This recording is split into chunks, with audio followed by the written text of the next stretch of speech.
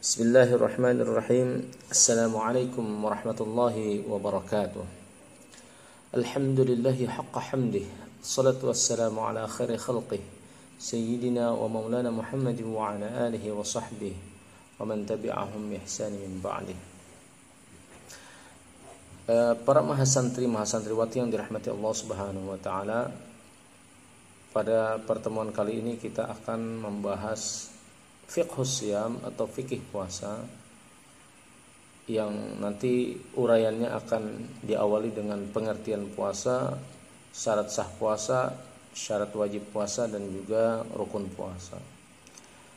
Secara bahasa, makna as-siyam itu adalah menahan sesuatu, sedangkan secara istilah artinya adalah menahan diri dari segala yang membatalkan, dari terbit matahari hingga waktu terbenamnya, yang diiringi dengan niat yang khusus dan juga persyaratan yang khusus.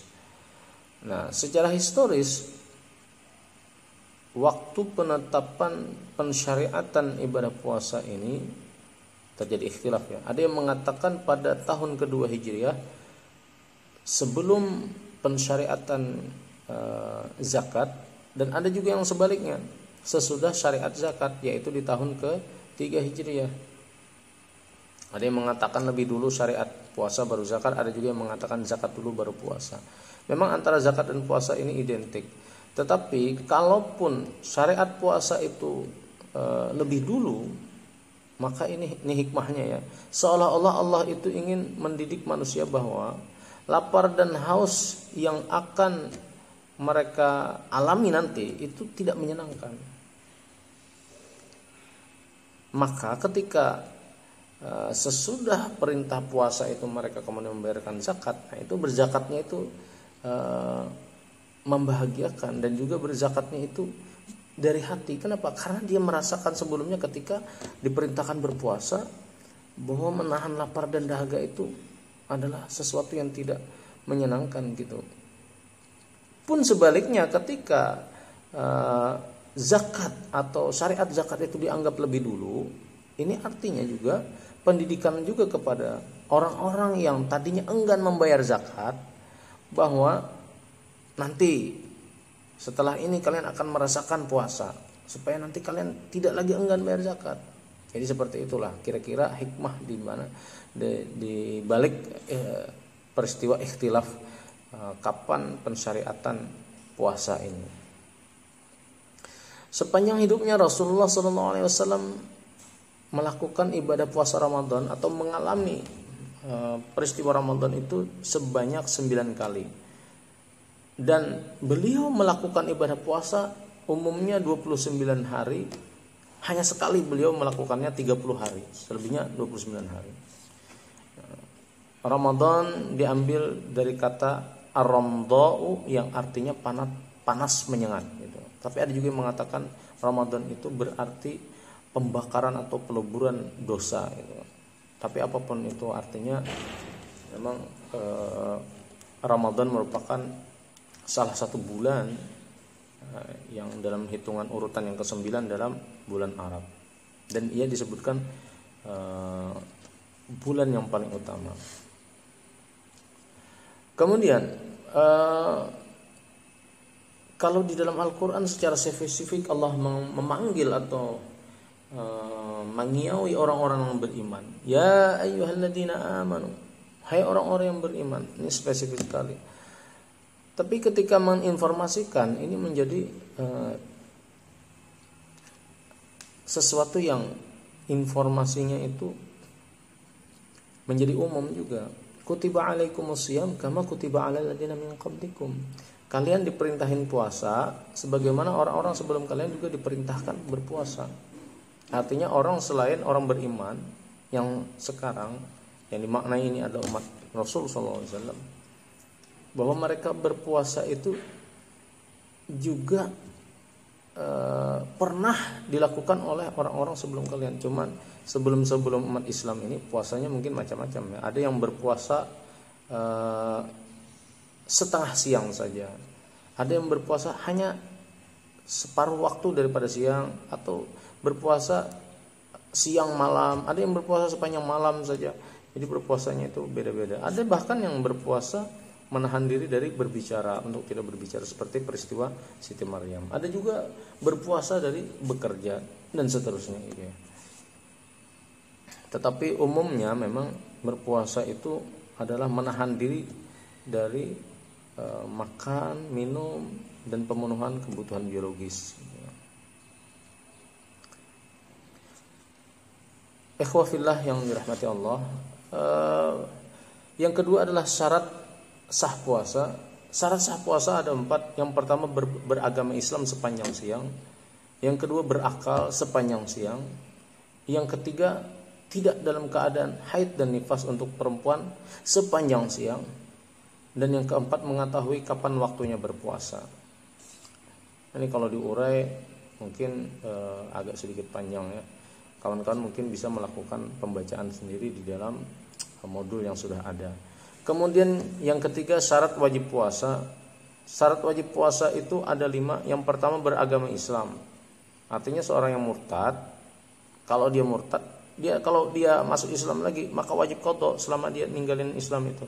Berapa tahun dia meninggalkan Islam atau berapa kali puasa dia meninggalkan Islam, maka sebanyak itu pula lah dia nanti mengqadha puasanya.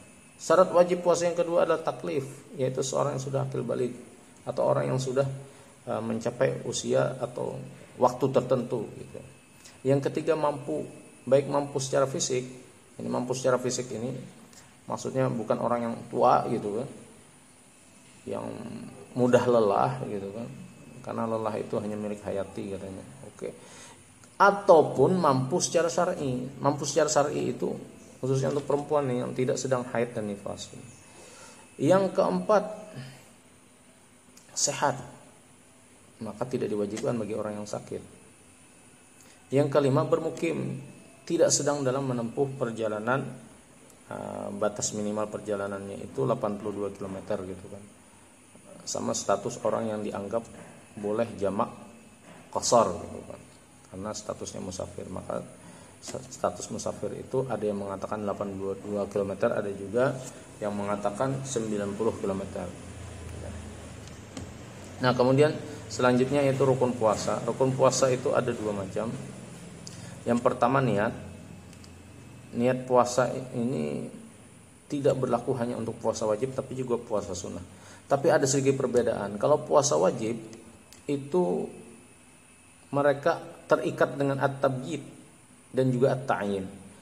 Tabjid itu adalah maksudnya menyebut melafazkan niat itu di waktu malam sebelumnya. Jadi tidak dibenarkan Anda berpuasa terus niatnya itu pas udah habis sembahyang subuh misalnya niat puasa. Nah, itu tidak dibenarkan. Atau yang kedua juga at-ta'yin. At-ta'yin itu menyebutkan puasanya puasa Ramadan atau puasa qadha atau puasa nazar atau puasa kafarat, itu harus jelas juga ya.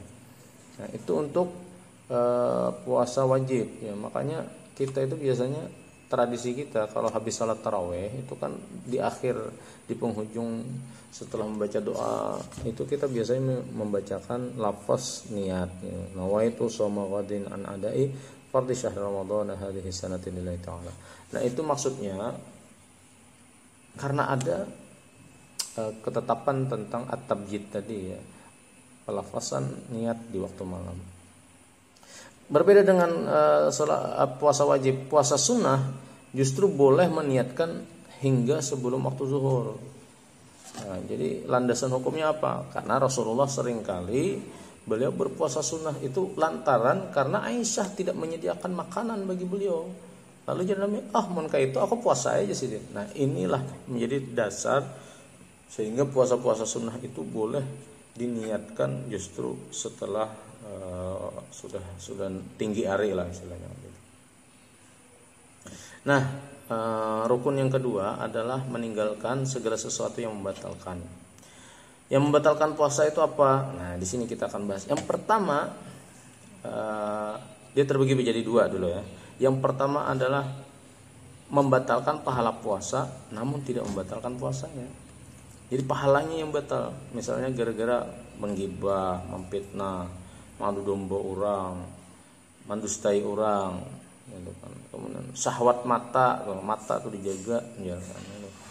atau sumpah palsu dan juga perkataan serta perbuatan buruk yang lainnya. Nah, ini membatalkan pahala puasa. Nah, yang kedua, ada yang membatalkan puasa dan pahalanya sekaligus. Jadi pahalanya batal, puasanya batal, pahalanya juga batal.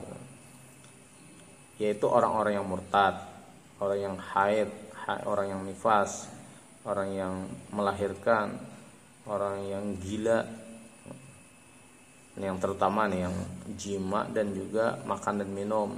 Nah, itu termasuk juga onani dan masturbasi, atau juga muntah tapi dengan sengaja. Nah, ini juga membatalkan puasanya dan juga sekaligus pahala puasanya.